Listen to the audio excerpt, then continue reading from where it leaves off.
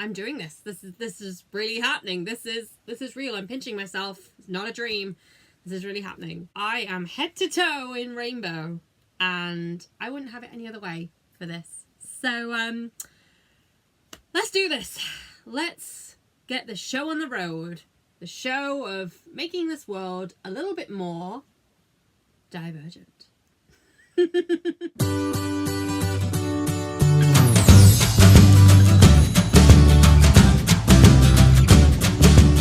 Why, hello there. It's lovely to meet you all. Please allow me to introduce myself.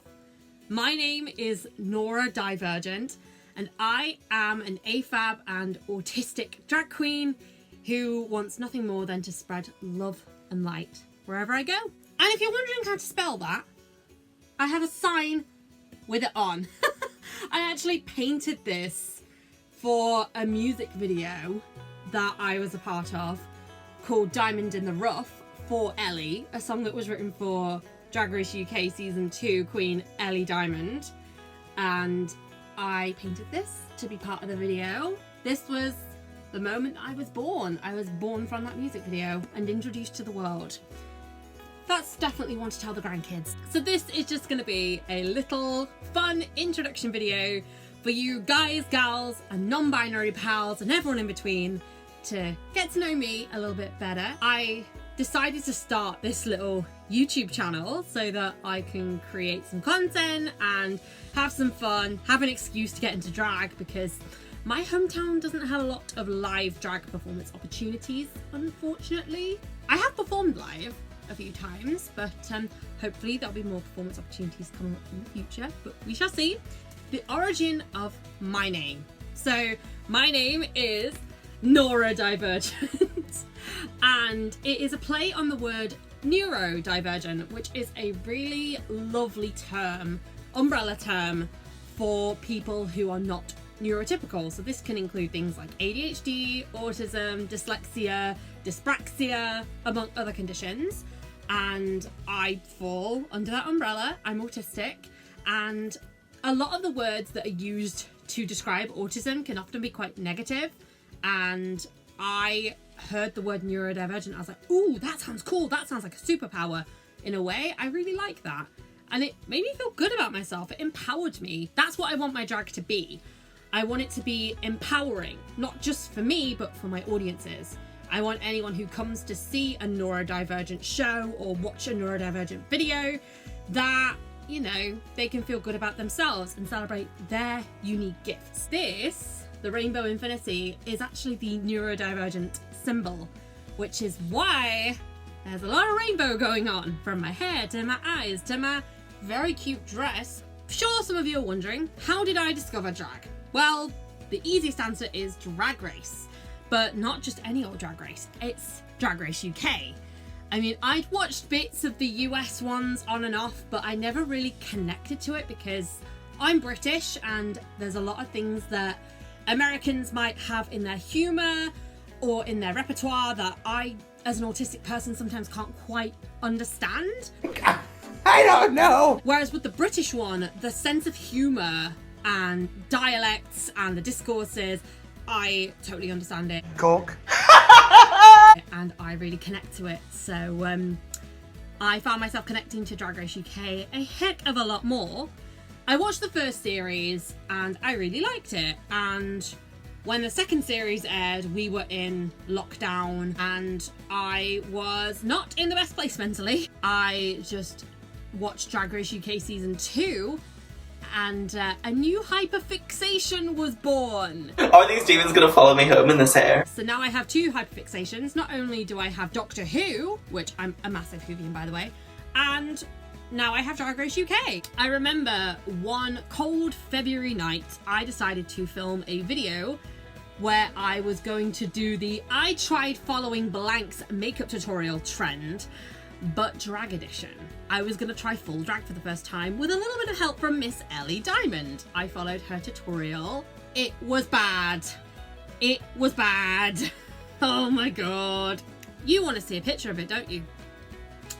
Fine. Show it to them. And this is the finished mug. This is just my go-to makeup where I can change the colors to... Ellie Diamond is literally Prada and I am Primark. Please tell me you can see some progress.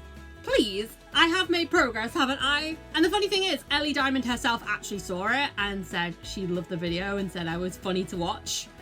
Natural born comedian. We love to see it. I'm not gonna be the first one to But that was my first time ever trying drag. And then I did it again a couple months later and dressed up as the Cowardly Lion to see if I'd made any progress. And that was when I first mentioned my name potentially being Nora Divergent if I ever did drag. And then in 2022, October 2022, the song Diamond in the Rough for Ellie, which was written for Ellie Diamond, was released. And here we are. I was born from that video. The reason that I stepped forward to become a drag queen anyway was actually from a wonderful queen called Victoria Scone. Now, Victoria Scone is like me. She's a fellow AFAB queen. And I didn't realise that AFAB queens were a thing. I was like, oh, there's drag queens, but they're only men who dress as women. Oh, what are these? Drag kings? Oh, I guess that they're women who dress as men. That's it, period. Binary thinking. Disgusting! Yeah, except we don't stand binary thinking here. Victoria Scone took that ideology and smashed it into pieces, and I was like, wow. She just took my bisexual panic button and absolutely smashed it. And I realised, ooh, I could be a queen. Because I never connected to the idea of being a king. Although I had thought of a king name, but it's very rude. And I'm not going to repeat it. What about performance? Well, I had my debut in July of 2023. I came across an opportunity to enter a competition in Lincoln called Lincoln's Got Talent. And the prize was going to be to appear on the stage of Lincoln Pride. And I'd never been to Pride before. I'd never even performed in drag. My goal with this was to deliver a successful performance in drag as Nora Divergent.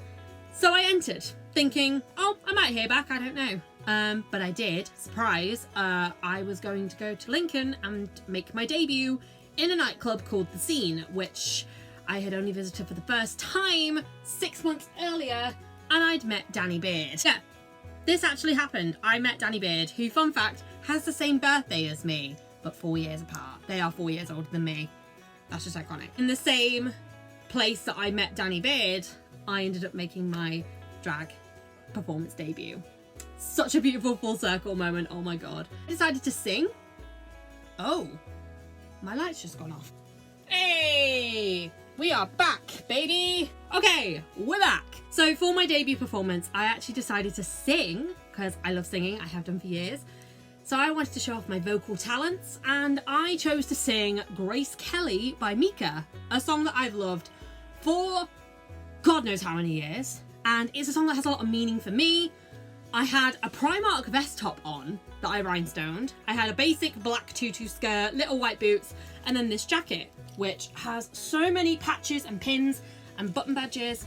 Oh my god, there's so many, it's crazy. And I sang my little heart out. I was so nervous, I was so shaky.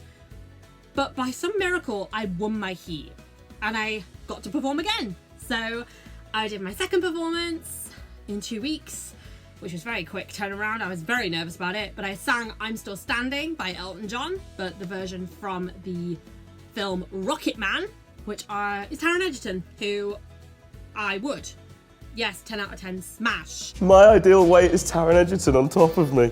Dear, you can tell I'm bisexual, can't you? Because I'm saying Victoria Scone, smash. Taron Egerton, smash. Both. Both is good. And it started out slow. I got to show off my vocals and the queens loved it, but they didn't like my outfit. Totally fair, because my outfit second time around wasn't as good. And I won. I was a winner. I even have the picture to prove it. That is me. That is me on the floor crying. Wow. I was going to the Lincoln Pride main stage. I just could not believe it. I was like, I've only performed twice, and my third performance is going to be in front of thousands of people. Turned out, I think about 7,000 people, which was insanity. What the fuck? Then I performed on the main stage, which was terrifying. Like, it was scary. So my first number was a lip sync to Wings by Little Mix. Again, a song I've loved since I was like 16. I ended up having a chat with the crowd. I ended up singing Love Shine a Light because I love Eurovision and that song means the entire world to me. And then I got to do affirmations with the crowd to hype them up, and that was incredible. Here we go. I am loved. I am loved. I deserve love. I deserve love. I am valid. I am valid. Love will always win. Love will always win. I am gorgeous. I'm gorgeous. And this is the most important one. I'm still standing. I'm still standing. Well, and then I sang I'm Still Standing again, and this picture came out of it. If that isn't what queer and autistic euphoria looks like, I don't know what does. And yes, my outfit's basic, but it's cute. And I have the little rainbow infinity across my chest, which means the world. So that's my performance history. And the queens at the scene in Lincoln, oh my god, they supported me so much. One queen, I remember, Daphne Gale, literally saw me shaking, came over and grasped my hands before I went on and gave me a pep talk. And then Seven came and joined me and also gave me a pep talk because I was so nervous. I was like tearing up and oh my god, it was crazy. And one of the queens that I performed in front of was Choriza May from Drag Race UK Season 3. She happened to be in the VIP section when I was performing and I saw her and I was like, oh my god! I'd actually just seen her before I was performing and she was like, have you gone on yet? And I was like, no. And she's like, I cannot wait to see it. And I was like, oh shit, better not fuck it up. But then after my set, I went backstage and Choriza came over to me. She came back and saw me and was like, you were amazing. And I was like, ah, what the fuck? Oh, and these are the same nails that I wore and she loved them. And they're actually from Primark and I just added a couple rhinestones. So yeah, you do not need to spend a shit ton of money to do drag. You do need to spend a shit ton of money to go on Drag Race. There's your difference. And also you don't need a lace front wig to be a drag queen. All my wigs are hard fronts, but I will discuss that in the future, in future videos. So who are my biggest inspirations as a drag queen? Obviously I'm going to say Ellie Diamond and Victoria Scone, who I've talked about earlier. Ellie was one of the first queens I fell in love with. Victoria was the queen that gave me the light bulb moment. She's just so freaking gorgeous. Like, I can't tell if I want to be her or be on her. Like, in a gay way. Let me smash, please. Oh my god, Naughty Nora's coming out to play. We love. I'm also going to say Blue Hydrangea from Drag Race UK Season 1, who honestly has been my biggest supporter from this because I announced my name and she sent me a really sweet DM about it. I told her I got through to the final of the competition and she was like, oh my god, best of luck with it. And then when I told her I won, she was like, I'm super proud of you, keep reaching for the stars. And I'm like, I fucking love you. She's so lovely, like, I just want to meet her, okay? I had 2 chances to meet her and unfortunately both times the events got cancelled. Maybe 3rd time's lucky. Please, look at the Irish, be on my side. My Irish accent's awful, I realise that. Let's stop. Shut up! I'm also gonna say Pixie Polite from Drag Race UK Season 4, who is one of the sweetest queens I've ever met. I dressed up as Penny Pingleton to meet Pixie Polite in honour of her Tracy Turnblad runway. Like, look how cute we look! Like, I was so nervous to meet her, but she gave me the biggest hug. Like, oh, I absolutely adore Pixie. She's so sweet and so wonderful. She is a ray of sunshine and I want to be a ray of sunshine too, as a person and as a drag performer. That's why I wear rainbows. We love Lawrence Chaney. That was my first drag show. My first drag show was going to see Lawrence Chaney in Hull for the Purple Rain tour and it was the best night of my life. I dressed up as a doctor, ended up on stage, first time on a stage post lockdown, and I did my first ever jump split while lip syncing as Bimini. Oh my god, it was wild. Okay.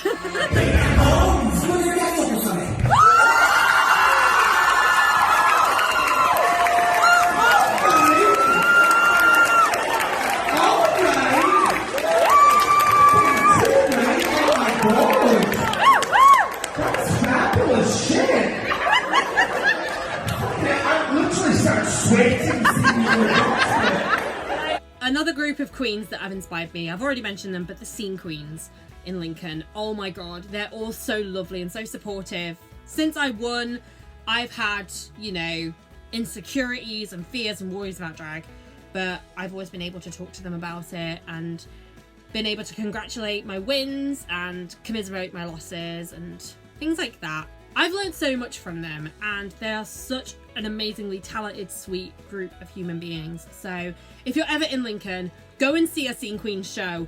Oh my god, they are so talented, so lovely, so wonderful. Like, as soon as I walked into the scene, meeting Danny Beard, covered in gold feathers because I'm a nerd, and I was like, oh, I'm gonna wear a gold feathered outfit because I want to show Danny Beard I appreciate them, because I do.